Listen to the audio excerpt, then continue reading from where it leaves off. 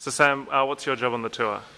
I'm the AYO production coordinator, so basically I convene with our freight forwarder and contacts at the venues and essentially get the orchestra ready for each performance.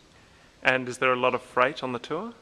Yeah, we've got about 30 cubic metres in total, and about 20 is from Australia and 10 we have picked up in London. So we've just come from China. Did the freight come on the flight with us? On the way over to China it was on the same plane, but on the way from here, or the way to Europe, it was on a flight that followed us by about a day. And everything's arrived? Yes, as far as we're aware. So Sam, for the Brett Dean there's a lot of percussion. Do you want to tell me a bit about that?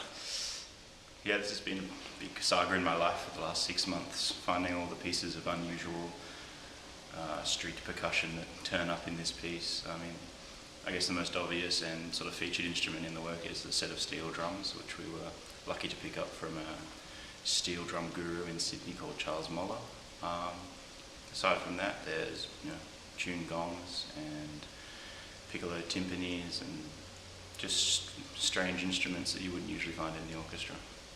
And so have you brought them with you from Australia, or where did they come from? We picked up the gongs in London, just so it saves a lot of effort, but the steel drums were difficult to find, so we picked them up in Sydney and fortunately were able to travel with them.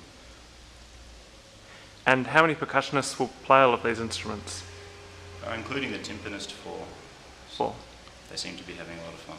So this is Dieter Timmerman, our freight forwarder from Hawk Showbiz.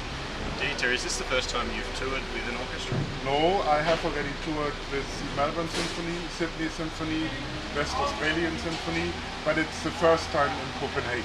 Oh, brilliant. Yeah. And what other sort of acts do you travel with generally? My speciality is live animals for circuses and some other stuff like ballets and those things. And how would you compare the sort of transport of these two different beasts? I think it's the same kind of beast. Orchestras and live animals are almost the same.